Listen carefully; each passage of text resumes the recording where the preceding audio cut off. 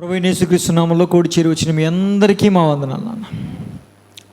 దేవునికి స్తోత్రం. ఈనాటి వాక్య ధ్యానంలోనికి వెళ్ళిపోదాం. ఈనాటి వాక్య ధ్యానం కొరకై పరిశుద్ధ గ్రంథమైన బైబిల్లో నుండి మత్తయి సువార్త 5వ అధ్యాయం,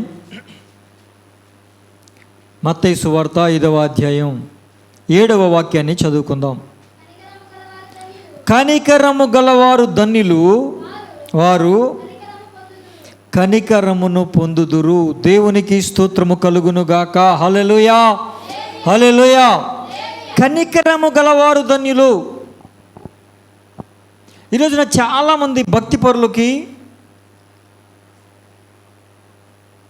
వాళ్ళలో ఏ పాపం ఉండదు, వాళ్ళల్లో ఏ వ్యసనం ఉండదు, వాళ్ళల్లో ఎలాంటి చెడు కార్యాలు లేనివారు ఉన్నారు. కానీ వాళ్ళల్లో ఉండనిది ఏమిటి అంటే కనికరం ఉండదు.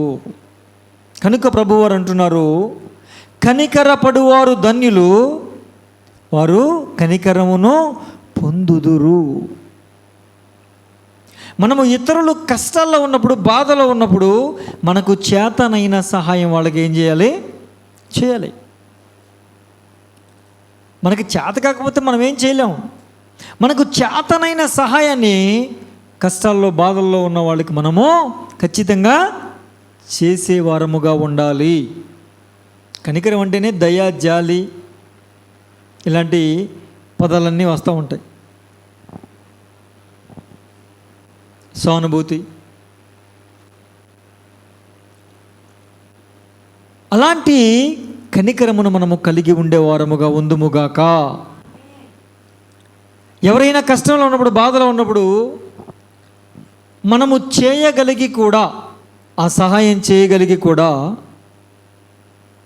వాళ్ళకి సహాయం చేయలేదనుకోండి, మనకేం లేనట్టు, కనికరము లేనట్టు. ఒకవేళ నీకు భక్తి ఉండొచ్చు, ఒకవేళ నువ్వు చాలా గొప్ప వ్యక్తివై ఉండొచ్చు, నువ్వు ఎలాంటి పాపము, తప్పు చేయని ఒక నీతిమంతుడమైన వ్యక్తివై ఉండొచ్చు, నీతిమంతురాలు అయి ఉండొచ్చు. అయినా నువ్వు నీలో ఏం లేదు, కనికరం లేదు. ప్రతి ఆదివారం మందిరానికి రావడం, ఆయా నియామక కూడికల్లో పాలు పంపులు పొందటం, వచ్చినప్పుడు ప్రభు ఇచ్చిన దాంట్లో నుంచి అర్పణలు అర్పించి వెళ్ళిపోవడం, ఇంతటితోనే కాదు, కనికరము కూడా మీరు కలిగి ఉండాలి అని ప్రభువు చెప్పారు. ఎవరికి చెప్పారు తెలుసా? చూడండి ఒకసారి. అదే మత్తయి సువార్త 23వ అధ్యాయం 23వ వచనం చూడండి. 23 మత్తయి. అయ్యో వేషధారులైన శాస్త్రులారా, పరిసయ్యులారా, మీరు పుదీనాలోను, సోంపులోను, జీలకర్రలోను 10వ వంతు చెల్లించి ధర్మశాస్త్రములో ప్రధానమైన విషయములను, అనగా న్యాయమును, కనికరమును,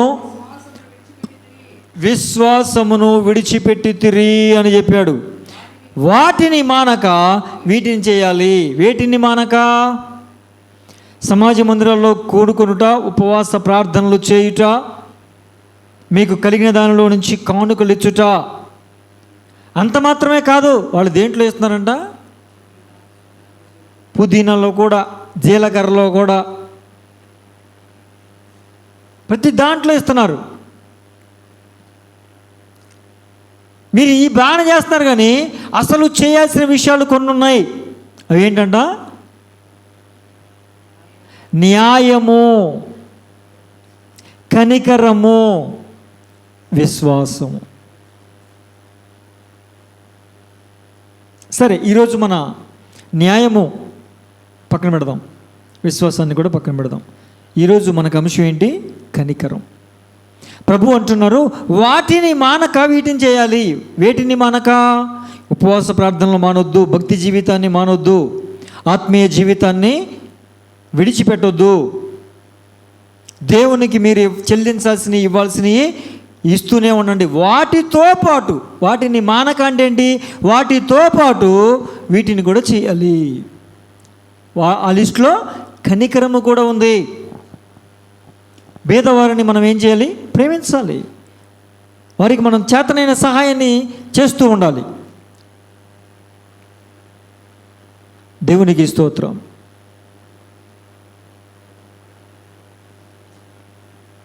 నేను అమ్మగారికి తెలియకుండా అప్పుడప్పుడు ఏదో ఒకటి చేసేస్తూ ఉంటా.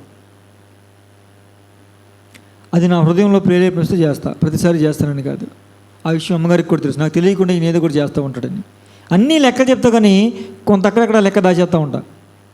అది లెక్క చెప్పలేదు అంటే ఈయన ఎక్కడో ఏదో ఎవరికో ఇచ్చుంటాడేమోలే, లేకపోతే ఏదో చేసి ఉంటాడు. తెలుసు అమ్మగారికి, పాస్టర్కి తెలుసు. నేను ముందే చెప్పేశా, కొన్ని విషయాలు నీకు చెప్పకుండా చేస్తా, అవి ఎంతో కాదు, చిన్న చిన్న విషయాలే. దేవునికి నా ఖాతాలో నేను వేసుకుంటా అని నీకు చెప్పితే మొత్తం నా ఖాతాలోకి రావు అంటే, పల్లెవాళ్ళండి మీరు నాకు చెప్పాలా ఏంటి అని అంటారు. అలా ఎప్పుడైనా ఏదైనా ప్రేరేపణ కలిగినప్పుడు సైలెంట్గా ఇచ్చేస్తూ ఉంటారు, తెలవకుండా.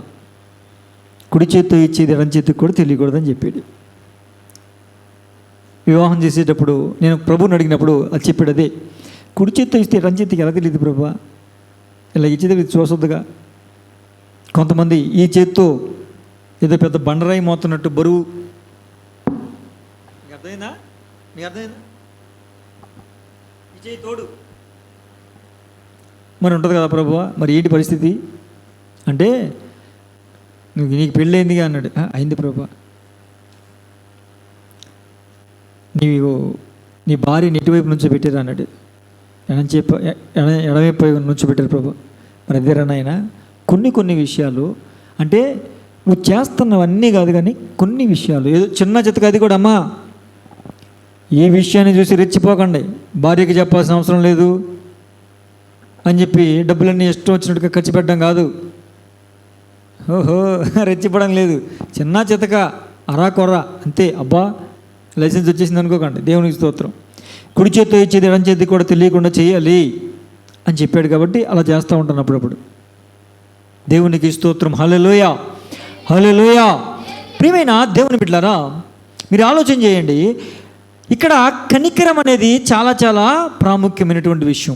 ఈ కనికరాన్ని ఎలాగ మనం దీన్ని చెప్పొచ్చండి, ఎవరో ఒక వ్యక్తి తప్పు చేశాడు. ఆ వ్యక్తి తప్పు చేశాడు కనుక, తప్పు చేసిన వ్యక్తి శిక్షకు పాత్రుడా కాదా? శిక్షకు పాత్రుడు. తప్పు చేసిన శిక్షించాలా వద్దా? జన శిక్షించాలి. శిక్షించడానికి పాత్రుడయ్యాడు కదా, అయినా కూడా ఆ వ్యక్తి అయ్యా పొరపాటు అయిపోయిందండి, తప్పు అయిపోయిందండి, క్షమించండి అని అన్నాడు.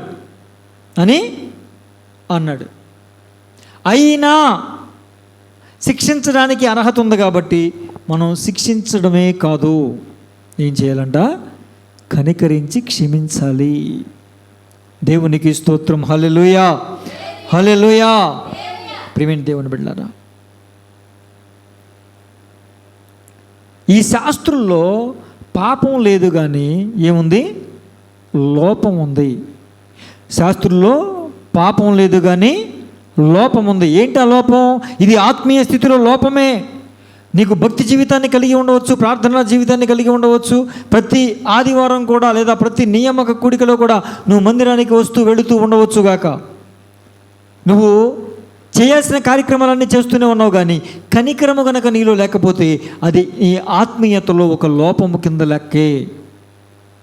ఆత్మీయతలో లోపము కాని విషయం అయితే ప్రభువారు అంత నొక్కి ఒక్కానించి చెప్పాల్సినంత అవసరం లేదు కదా. ప్రభు అంటున్నారు, నువ్వు కనికరాన్ని ప్రేమించాలి, లేదంటే అది నీలో ఒక లోపంగా ఉండిపోతుంది అని చెప్పాడు. ఆ లోపము మనలో ఉండకుండా జాగ్రత్తగా చూసుకోవాలి. ఇప్పుడు ఇతరులకు సహాయం అంటే కేవలం డబ్బుతోనే కాదుగా, పని సహాయం కూడా చేసే అవకాశం ఉంటుంది, చిన్న చిన్న పని అందించే అవకాశం ఉంటుంది. ఇప్పుడు ఎవరైనా నడవలేని వాళ్ళు ఉంటే వాళ్ళు చేయి పట్టుకుని నడిపించి తీసుకెళ్ళటం, ఏదో ఒకటి ఉంటుంది. చేయగలిగినటువంటి సహాయం జాలి, దయతో, కనికరంతో, సానుభూతితో చేయడమే కనికరము. దేవునికి స్తోత్రం. హల్లెలూయా, హల్లెలూయా. మీకా గ్రంథం 6వ అధ్యాయం 8వ వచనం చూస్తే, మీకా గ్రంథము 6వ అధ్యాయం 8వ వచనం.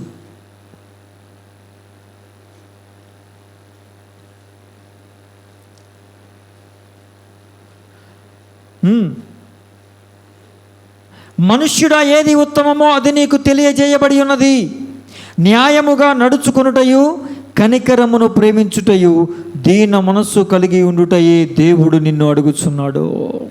దేవుడు అడిగే 3 విషయాల్లో మరొకటి ఏంటండి? కనికరాన్ని ప్రేమించటం. మనము కనికరమును ప్రేమించగలుగుతున్నామా?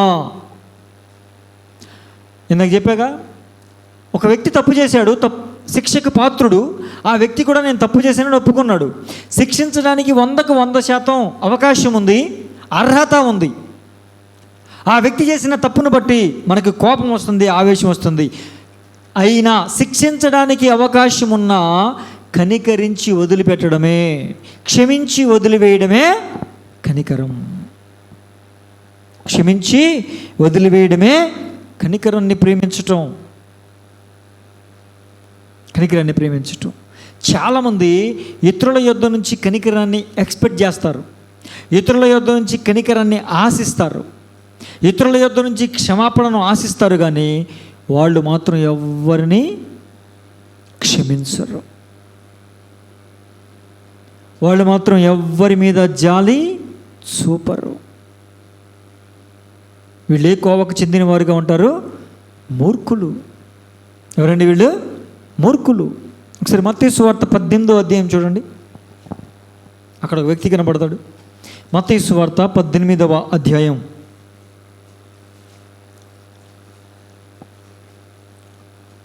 26, 27 వచనాలు.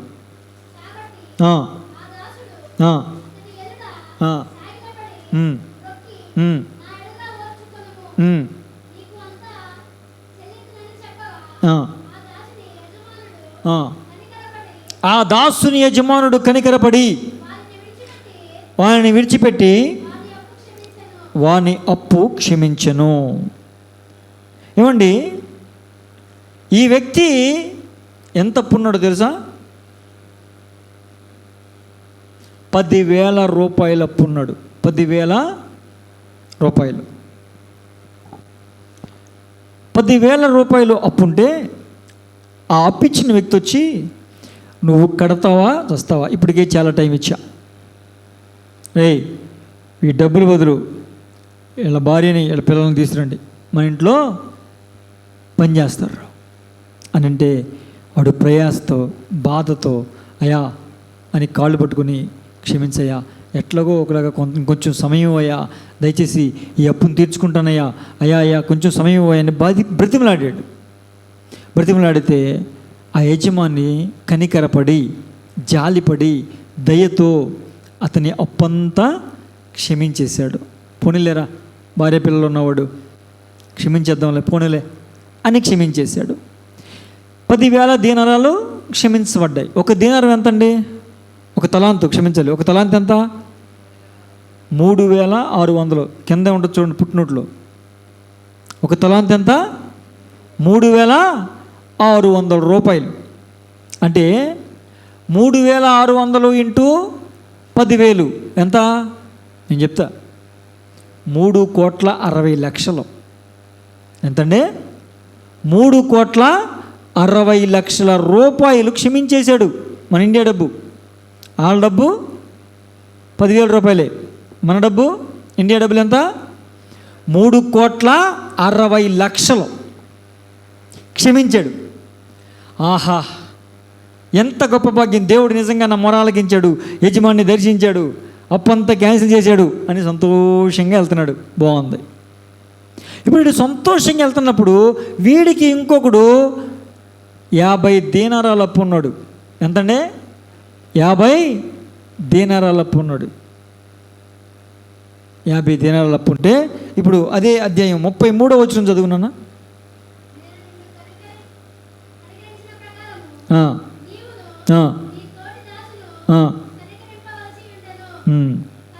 చాలు నాన్న, ఈ సందర్భం నేను మొత్తం వివరిస్తా చూడండి.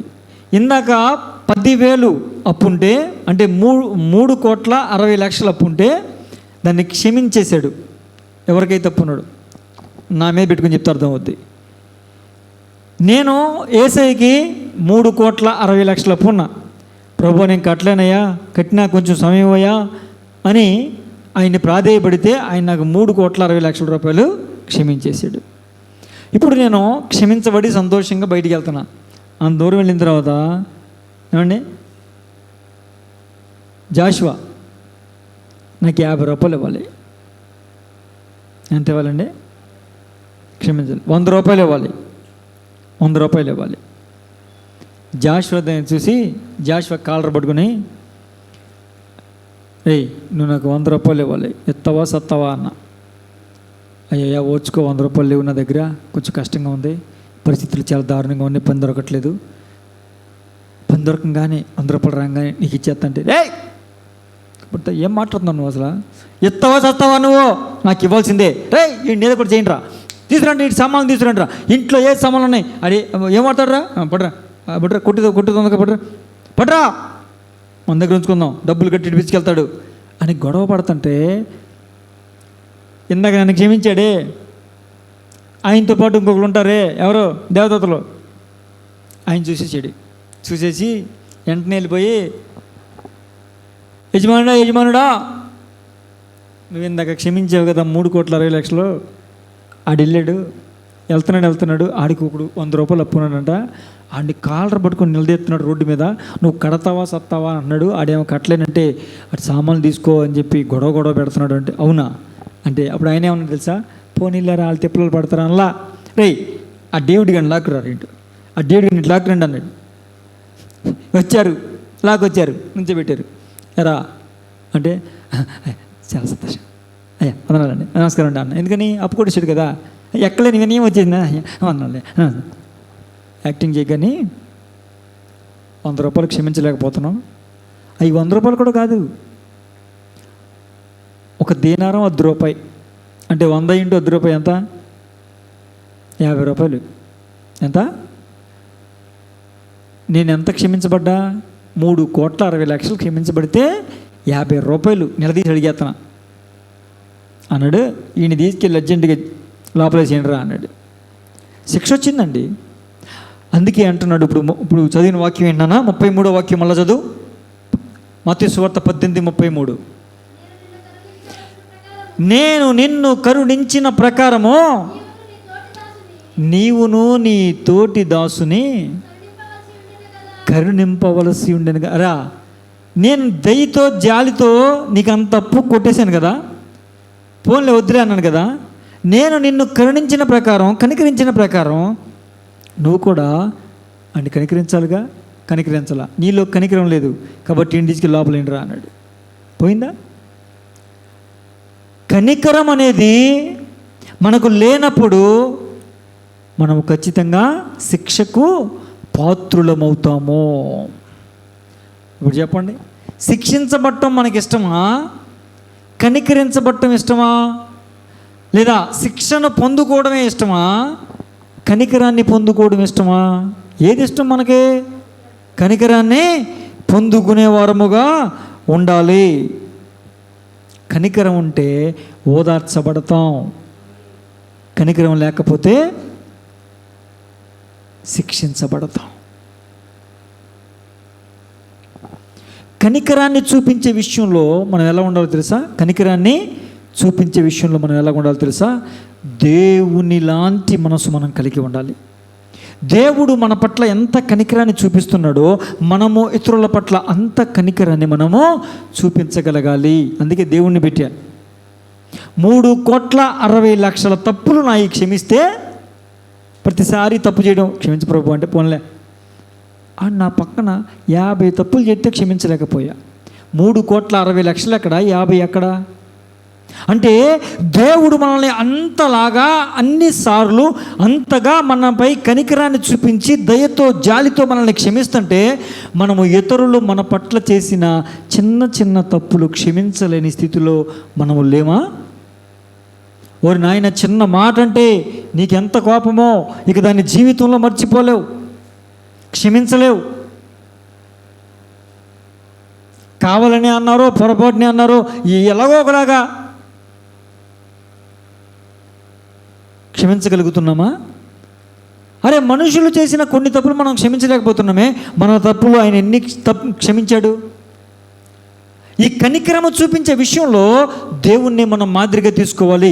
దేవుడు మనల్ని ఎంతలాగా మనపై కనికరాన్ని చూపిస్తున్నాడు, మనం కూడా ఇతరులపై అంతగా కనికరాన్ని చూపించాలి. దయగల వారిపై దయ చూపించును, కఠినుల ఎడల వికటము. అమ్మ చప్పట కొట్టడం వచ్చా? చప్పట. చేతులు ఉన్నాయా? చేతులు తెచ్చుకున్నారా? ఇంటి దగ్గర పెట్టేశారు? చెప్పండి. చేతులు మీతో ఉన్నాయా? ఇంటి దగ్గర ఉన్నాయా? కొట్టు.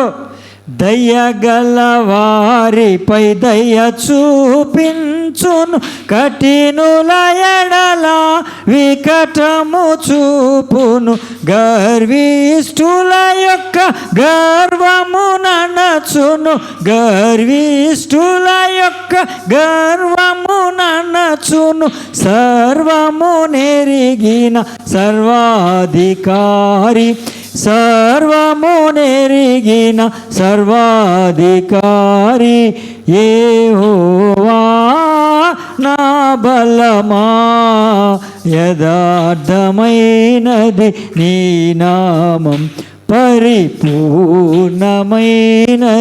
నీ నామం. హల్లెలూయా. దయగల వారిపై దయ చూపించును, కఠినుల ఎడల వికటము చూపుతాడు.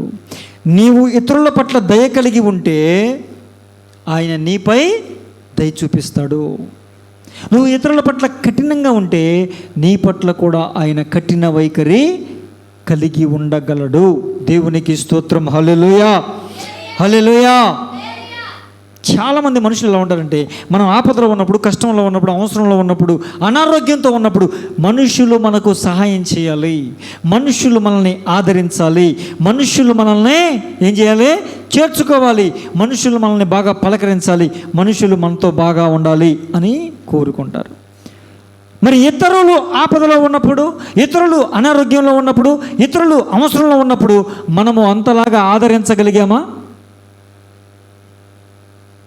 అవునా కాదండి? నీకు కష్టం లేనప్పుడు, బాధ లేనప్పుడు, ఇబ్బంది లేనప్పుడు, ఆరోగ్యం బాగున్నప్పుడు, ఇతరులు ఎవరైనా కష్టంలో, బాధలో, ఇబ్బందులో, అనారోగ్యంలో ఉంటే, హాస్పిటల్లో ఉంటే నువ్వు చూసావా? పలకరించావా? పలకరించరు. కానీ వీళ్ళకి ఏదైనా కష్టం వస్తే, వీళ్ళకి ఏదైనా అనారోగ్యం వస్తే, వీళ్ళకి ఏదైనా బాధ కలిగితే మాత్రం అందరూ వచ్చేయాలా, అందరూ ఆదరించాలా, అందరూ పలకరించాలా, పలకరించకపోతే నన్ను పలకరించాలా అనేది ఒక గోల. పలకరిస్తే ఏంటి, పలకరించకపోతే ఏంటి? పలకరిస్తే ఏమైనా ₹1 వస్తాయి, పలకరించకపోతే ₹1 రావా అని అన్నాం అనుకోండి, ఒక మాట చాలు. దేవుడు ఏం చెప్తున్నాడు? ఒక ఆదరణ మాట నిజమే. పలకరిస్తే ఎలా ఉన్నావమ్మా, బాగున్నావా, పోన్లేమ్మా, ఏం కాదులే, తగ్గిపోదులే అని చెప్తాం. ఓకే, ఓ బలం, ఓకే, నిజమే. మరి ఇతరులు కష్టంలో ఉన్నప్పుడు మరి నువ్వు వెళ్ళి అలా చేసావా? చేయలే. కనుకనే నువ్వు చేయలేదు కాబట్టి నువ్వు కూడా ఇతరుల నుంచి ఆశించకూడదు. వాళ్ళకి ఇష్టమైతే చేస్తారు, లేకపోతే లేదు. నువ్వు దయ చూపిస్తేనే నీకు దయ చూపించబడుతుంది. నువ్వు కనికరాన్ని కలిగి ఉంటేనే నీకు కనికరం వస్తుంది. నువ్వు పట్టించుకుంటేనే ఎవడైనా పట్టించుకుంటాడు. అవునా కదా? ఇవేవి లేకుండా నేను మాత్రం ఎవరికి ఏం చేయను కానీ అందరూ మాత్రం నాకు చేయాలి అంటే ఎలా కుదురుతుందండి? అది న్యాయమేనా? న్యాయమును, కనికరమును, దీన మనస్సును కలిగి ఉండాలని చెప్పాడుగా. మరి న్యాయం అంటే ఏంటి? మనం చేస్తే ఇతరుల దగ్గర నుంచి మనం ఆశించాలి. అవునా కదా? చేసిన వాళ్ళకే కాదు. ఇప్పుడు నేనున్నాను, ఒక వ్యక్తికి సహాయం చేశాను అనుకోండి, నాకు అవసరం ఉన్నప్పుడు ఆ వ్యక్తి సహాయం చేయలేకపోవచ్చు, కానీ ఇంకొకటి ద్వారా దేవుడు సహాయాన్ని పంపుతాడు.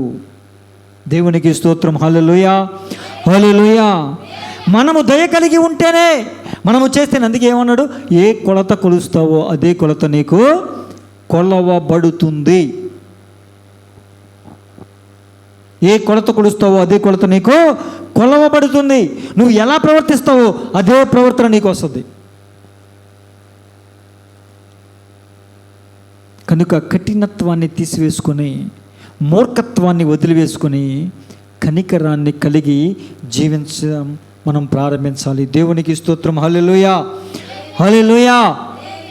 మత్తయి సువార్త 6వ అధ్యాయం 14వ వచనంలో ప్రభు మాట్లాడుతూ అంటారు, మీరు ఇతరులను క్షమిస్తే దేవుడు మిమ్మల్ని క్షమిస్తాడు. అదేనా ఉంది 6:14. ఆ మనుషుల అపరాధములను మీరు క్షమించిన యెడల పరలోకపు తండ్రియు మీ అపరాధములు క్షమించును. అంటే అదే కదా అర్థం. మీరు ఇతరులను క్షమిస్తే దేవుడు మిమ్మల్ని క్షమిస్తాడు. మీరు ఇతరులని క్షమించకపోతే దేవుడు మిమ్మల్ని క్షమించడు అనే కదా అర్థం. అవునా కదా? ఎఫెసీ పత్రిక 4:32లో కూడా మిమ్మును క్షమించిన ప్రకారం, ఎవరు? దేవుడు మిమ్మును క్షమించిన ప్రకారం మీరు ఇతరులను క్షమించాలి.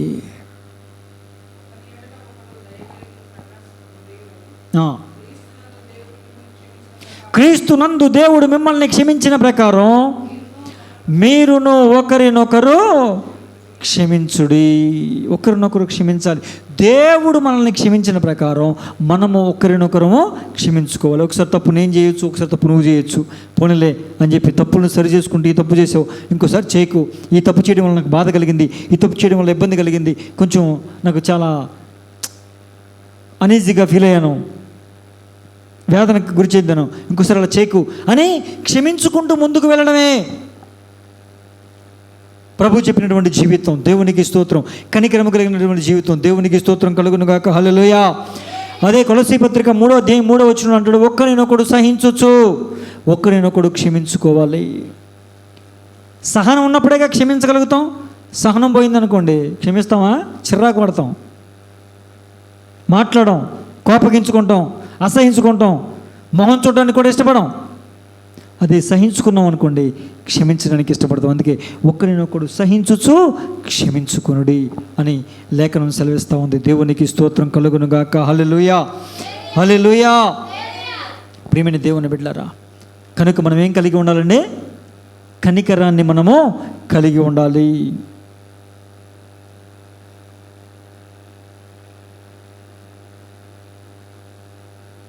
ఒకవేళ మనం కనికరాన్ని చూపలేదు అనుకోండి, దేవుడు ఏం చేస్తాడు తెలుసా?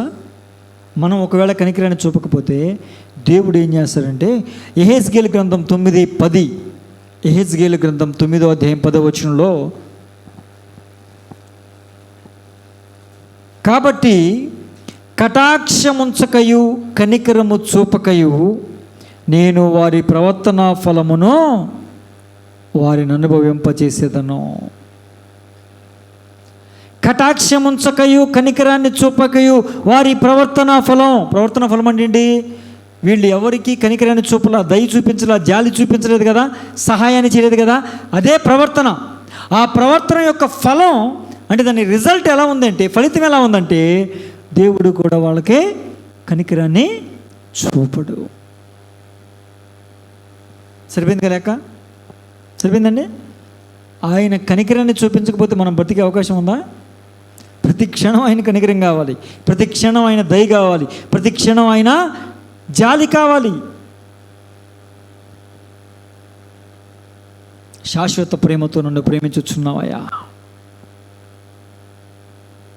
ఆ శాశ్వత ప్రేమ ఎప్పటికీ మనకి ఉండాలి అంటే మనం కూడా ఇతరులని కనికరించే వాళ్ళంగా ఉంటేనే ఉంటుంది. లేకపోతే ఆయన కటాక్షం కానీ కనికరం కానీ మన మీద నిలువక మనల్ని శిక్షించే అవకాశమే ఉంటుంది. దేవునికి స్తోత్రం. చాలామంది పేదలని కనికరించరు. ఇప్పుడు 5 రోజులకి తినడానికి ఆహారం ఉన్నవాడు ఒక్క పూట తినడానికి ఆహారం లేనివాడికి ఏం చేయాలి? ఒక పూట అన్న పెట్టాలా వద్దా? ఒక్క పూట అన్న పెట్టాలా వద్దా? 5 జతలు ఉన్నవాడు ఒక జత కూడా లేనివాడికి ఒక జతను ఇవ్వాలా వద్దా? ప్రభువే చెప్పాడు, నీకు 2 జతలు ఉంటే ఒక జత ఇచ్చేయమని చెప్పాడు. 2 ఉంటేనే ఒకటి ఇచ్చేయమంటే బీరో నిండా పెట్టేసుకుని లేనివాడికి ఇవ్వట్లేదంటే ఏం చెప్పాలి? బీరో నిండా ఉన్నా కొత్త రావాల్సిందే.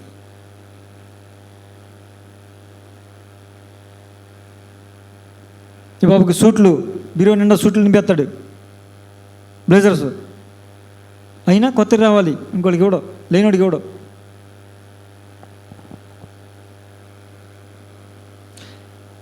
నలభై 41వ కీర్తన 1వ వచనంలో ప్రభు మాట్లాడుతూ అంటారు, బీదలను కటాక్షించువాడు ధన్యుడు, ఆపత్కాలమందు యెహోవా వానిని తప్పించును. హల్లెలూయా, హల్లెలూయా. ఇందాకేం చెప్పాడు? కాబట్టి అన్నాడంటే ఎవరైతే కనికరాన్ని చూపించారో వాళ్ళ మీదకి కనికరాన్ని, కటాక్షాన్ని పంపను, వారికి శిక్షా ఫలాన్ని ఇస్తాను అని చెప్పాడు కదా. అలా కాకుండా బీదలను కనుక కనికరించామనుకోండి, మనకు ఆపద వచ్చినప్పుడు ఎవరు తప్పిస్తారంట? దేవుడే మనల్ని తప్పిస్తాడు. అంటే మనము ఆపదలో, మనము అవసరములో, మనము అనారోగ్యంలో తప్పించబడాలి, కాపాడబడాలి, రక్షించబడాలి అంటే, ఆ శ్రమలో రక్షించబడాలి, తప్పించబడాలంటే మనం ఏం చేయాలండి? బీదలను ఏం చేయాలి? కనికరించే వారముగా ఉండాలి. బీదలను కనికరించే వారంగా ఉండాలి. దేవునికి స్తోత్రం. హల్లెలూయా, హల్లెలూయా. సామెతల గ్రంథం 19:17 మాట్లాడుతూ అసలు ఈ విషయం తెలిస్తే బీదలను కనికరించకుండా ఉండలేరు. ఈ విషయం అర్థమైన వాళ్ళు. సామెతలు 19:17 చదవండి. బీదలను కనికరించువాడు యెహోవాకు అప్పిచ్చువాడు. ఓరి నాయన, ఇది ఎంత చిన్న మాట అండి. ఇప్పుడు ఉదాహరణకి ఇది జరగదులే కానీ, మన నియోజకవర్గం ఎమ్మెల్యే గారు వచ్చి ఇటు వెళ్తా మన మందిరం ముందాగి, పాస్టర్ గారు ఏం లేదు, కొంచెం డబ్బులు నేను ఇంటి దగ్గర మర్చిపోయి వచ్చాను, కార్డ్స్ కూడా తెచ్చుకోలేదు, డ్రైవర్ దగ్గర కూడా ఏమీ లేవంట, ఒక 1000 రూపాయలు ఉంటే ఇస్తారా, బండిలో పెట్రోల్ అయిపోవచ్చింది, నేను ఇంటికి వెళ్ళాక వెంటనే మీకు పంపిస్తాను అని అన్నారు అనుకోండి. మేడం, సౌమ్య గారేగా మేడం, 1000 రూపాయలు అండి మేడం, 2000 ఇస్తామా లేదా? ఏం చెప్తా? రోడ్డు మిగిలి ఎమ్మెల్యే గారికి నేను ఇచ్చింది 1000 రూపాయలు, ఎమ్మెల్యేకి నేను ఇచ్చే 1000 రూపాయలు, అవునా కదా? చెప్పు, అప్పిచ్చాం లేదా? ప్రభుకి ఇచ్చాం లేదా అండి? ఎమ్మెల్యేకి ఇస్తేనే ఇంత పెద్ద విషయం అయితే, మరి ఇప్పుడు ఆవిడ 1000 రూపాయలు తీసుకెళ్ళింది కదా, మనకి 1000 రూపాయలు పంపిస్తారా? ఒక ఎమ్మెల్యే మన దగ్గర 1000 రూపాయలు అప్పు తీసుకెళ్ళి 1000 రూపాయలు ఇస్తాడా, ఇంకెక్కువ ఇస్తాడా? అతని స్థాయికి తగ్గట్టుగా ఇస్తాడు. అరే, నాకు అవసరంలో ఇచ్చాడు కనుక తనో పనో ఎక్కువ ఇస్తాడుగా. ఈ లోక సంబంధమైన ఒక అధికారి, ఒక పరిపాలకుడే మనం చిన్నది ఇచ్చినప్పుడు దానికన్నా మించింది ఇస్తుంటే, మరి దేవుడికి అప్పిచ్చే అవకాశం వస్తే వదులుకుంటామా? ఎమ్మెల్యే గారికి అప్పించే అవకాశం అంటే జాన్ వెంటనే మేడం నా ఫోన్ అయిన ఇచ్చేస్తా అవసరమైతే అంటాడు. గబగబా లేచి వెళ్ళిపోతాడు జ్ఞాన్ ప్రకాష్. భలే మేడం, ఒక్క నిమిషం అండి, నేను ఇస్తా. శాంతం లేచి వెళ్ళిపోద్ది, శ్రావణ లేచి వెళ్ళిపోద్ది. కారణం ఏంటి అంటే పోటీ పడతాం. నేను ఇవ్వాలి అంటే తప్పు కాదు, అది తప్పు కాదు. నేను ఇవ్వాలని ముందుగా ఆతురతకు వస్తాం కదా. ఎందుకని? ఎమ్మెల్యే గారు నన్ను అడిగారే, ఎమ్మెల్యే గారికి ఇచ్చా. మరి దేవుడికి ఇచ్చే అవకాశం వస్తే ముందు ఉండాలా వద్దా? పోటీ పడాలా వద్దా? ఇప్పుడు చెప్పండి. దేవుడికి అప్పివ్వడం అంటే ఏంటంట? దేవుడికి అప్పిప్పుడు ఇస్తామంట. బీదల్ని కనికరిస్తే దేవునికి అప్పిచ్చినట్లే. దేవునికి స్తోత్రం. హల్లెలూయా. ఆ అవకాశం నాకు ఎప్పుడు దొరికినా వదులుకోను. ఆ విషయం నాకు బాగా తెలుసు. దేవునికి స్తోత్రం కలుగును గాక. హల్లెలూయా, హల్లెలూయా. దేవుడికి అప్పించే అవకాశం మన చేతికి వచ్చినప్పుడు మనకి చేతనైనంత వాళ్ళ మొత్తం కష్టం మనం తీర్చలేకపోవచ్చు అండి. వాళ్ళు ఆ స్థితిలో అప్పుడున్నటువంటివి అవసరం మొత్తం మనం తీర్చలేకపోవచ్చు, ఆ పూటకు సరిపడా కూడా మనం ఇవ్వలేకపోవచ్చు. కానీ మనము ఇవ్వగలిగినంత మనం ఇస్తే అది ఎవరికి ఇచ్చినట్టు? దేవుడికి అప్పించినట్టు. ఇప్పుడు చెప్పండి, దేవుడికి అప్పిస్తే మరి మనం ఇచ్చినంత ఇస్తాడా? చెప్పాలి. దేవుడికి అప్పిస్తే మనం ఇచ్చినంత ఇస్తాడా? మన చెయ్యి అంత కొంచెం ఉంటుంది. ఉదాహరణ చెప్పాలంటే, బాగా అర్థం అవ్వాలంటే, చిన్న పిల్లలు ఉంటారు అనుకోండి. చిన్నపిల్లలు షాపుకి తీసుకెళ్ళాం, వాళ్ళకి ఏం కావాలి? చాకెట్లు చూడంగానే లాలాజలం ఊరిపోద్ది. చాకెత్తు అంటాడు, మాట రాకపోయినా. నాకు చాకెత్తు కావాలి అంటాడు. అప్పుడు మనం కొన్ని వట్ల తినకూడదు అది ఇది అంటున్నాం. పాప మా షాపుడు ఏం చేస్తాడు? చిన్న పిల్లడు అన్నాడు, బొద్దుగా ఉన్నాడు, చిన్న పాప బొద్దుగా ఉందని, తీసుకోరా చాక్లెట్ అనడంకో, నువ్వే ఇవ్వు అంటాడు. సర్లేని ఇలా తీసి ఇలా ఎత్తాడు అనుకుందాం. ఎరా నువ్వే తీసుకోవచ్చు కదరా అంకుల్ని ఎందుకు అడిగేవారు అన్నాం అనుకో, నేను తీసుకుంటే 3 వస్తాయి మమ్మీ, అంకుల్ ఇస్తే 10 వస్తాయి అంటాడు. అవునా కదా? ఎందుకని? నా చెయ్యి చిన్నది మమ్మీ, నేను తీసుకుంటే 3 వస్తాయి, అంకుల్ చెయ్యి పెద్దది 10 వస్తాయి. అవునా కదా? నీ చేత్తో నువ్వు ఇస్తావు, మరి ఆయన చేత్తో ఆయన ఇస్తే ఎలా ఉంటుంది? అది చెప్పడానికి చెప్పా. ఆయన చేత్తో ఆయన ఇస్తే ఎలా ఉంటుందండి? నీ చేత్తో నువ్వు ఇవ్వు, ఆయన చెయ్యి ఎంతది ఏమో, ఆయన కాలే భూమి, ఈ భూమి పట్టి ఎంత, పాదపీఠం భూమి, ఆయన చెయ్యి ఎంత ఉంటుందండి? ఆ దక్షిణ హస్తం ఏజ్ రక్తం ఏజ్ చేయం. ఆయన చేత్తో ఒక్కసారి ఆయన చేతిలో ఉన్నదని ఇలా అనండి, ఇలా ఇలా అంటే చాలు, నువ్వు ఏరుకోవడానికి కూడా నీకు నీ ఇల్లు సరిపోదు. అవునా కదా? నీ చేత్తో నువ్వు ఇస్తే ఆయన చేత్తో ఆయన ఇస్తాడు. పేదలను కనికరించువాడు యెహోవాకు అప్పిచ్చువాడు. నీకు కలిగిన దాంట్లో నువ్వు అప్పివ్వడానికి ప్రయత్నించి, పేదలను కనికరిస్తే చాలు, యెహోవాకు అప్పించినట్టే.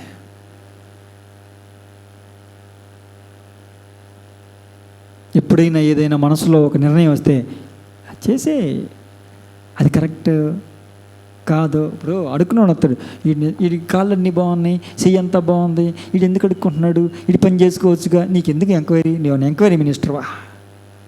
నేను దేవుడు ఎంక్వైరీ పెట్టాడు, ఇస్తే 10 రూపాయలు లేకపోతే రూపాయి ఇయ్యి, లేకపోతే బాబు నా దగ్గర ఏమీ లేవు అని చెప్పి వెళ్ళిపోతాడు. నీకు కాళ్ళు బాగున్నాయిగా, నీ కన్ను బాగుందిగా, నీ పని చేసుకుని బతకొచ్చుగా, మాయ రోగమా, నీకెందుకు అవన్నీ, నీకెందుకు అవన్నీ? ఆడు తిరిగి నువ్వు పనిస్తావు బాబు చేస్తాను అన్నాడు అనుకో, ముఖం ఎక్కడ పెట్టుకుంటావు? అవునా కాదమ్మా? అవునా కాదా? ఇప్పుడు అందరికీ పనులుండే పనులు ఉన్నాయా? పనులు చేసేవాడికి ఇప్పుడు పనులు లేవు, ఇళ్ళలో కూర్చున్నారు. కొంతమంది ఇక్కడ పనులు ఉండదని పనులుండే ప్రాంతాలకు వెళ్ళిపోయారు ఈ 2 నెలలు. అవునా కదా? మరి ఎంక్వైరీ ఎందుకు? నీకు దగ్గర ఇవ్వాలనిపిస్తే ₹1 ఇవ్వు, ₹2 ఇవ్వు, ₹5 ఇవ్వు, ₹10 ఇవ్వు, లేకపోతే బాబు నా దగ్గర లేవులే ఎల్లోను వెళ్ళిపోతాడు. కాళ్ళన్నీ బాగున్నాయిగా, చెట్లన్నీ బాగున్నాయి, పని చేసుకుని బతకొచ్చుగా, నీకెందుకు అవన్నీ? ఆ యొద్దు. ఆ క్షణం నీకు ఇవ్వాలనిపిస్తే తీసి నీ దగ్గర ఇవ్వాలనిపిస్తే ఇవ్వకూడదు అనిపించింది అనుకో, లేవు అంతే, పక్కకి వెళ్ళిపో, తప్పులేదు. కనుక పేదలను ఏం చేయాలి? కనికరించాలి. దేవునికి స్తోత్రం. హల్లెలూయా, హల్లెలూయా. ప్రియమైన దేవుని బిడ్డలారా, మనం అనుకుంటాం వాళ్ళు ఆ సమయంలో పొందుకునే ఆ చిన్న సహాయం వాళ్ళ హృదయాన్ని ఎంతలాగా సంతోషింపజేస్తుందో తెలుసా? ఒకసారి నేను రోడ్డు మీద వెళ్తున్నప్పుడు ఎవరైనా చిన్న పిల్లలు, పసిపిల్లలు కనపడ్డారు అనుకోండి, వాళ్ళు దీనస్థితిలో ఉన్నారనుకోండి, అక్కడ కూర్చుంటారు కదా, వెంటనే అది ఏ సమయం అయితే ఆ సమయం, దానికి సంబంధించింది టిఫిన్ అయితే టిఫిన్, భోజనం అయితే భోజనం తీసుకెళ్ళి అక్కడ పెట్టేసి వాళ్ళకి ఇచ్చేసి వచ్చేస్తా, వాటర్ బాటిల్తో సహా. నిన్ను ఎవడు చూడాలని కానీ నీవు ఉండదు, సైలెంట్గా వెళ్తా, పెట్టేస్తావు, వాటర్ బాటిల్ కూడా అక్కడ ఇచ్చేస్తా, వచ్చేస్తా, అంతే, మనకు సంబంధం లేదు.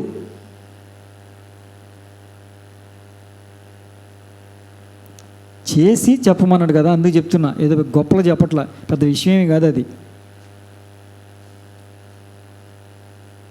ప్రియమైన దేవుని బిడ్డలారా, పేదలను కనికరిస్తే ఎవరికి అప్పించినట్టు? దేవునికి అప్పించినట్టు. కనుక మనము కనికరాన్ని కలిగి ఉంటే దేవుని యొద్ద నుంచి మనం కనికరాన్ని పొందుకుంటాము. కనికరము గలవారు ధన్యులు, వారు కనికరమును పొందుదురు. కనుక మనమందరము కూడా కనికరము కలిగి జీవించుదుముగాక, దేవుని యొద్ద నుంచి కనికరమును పొందుకొందుముగాక. అట్టి రీతిగా ప్రభు మనలో కనికరాన్ని నింపునుగాక. ఆమేన్. ప్రార్థన చేసుకుందామండి.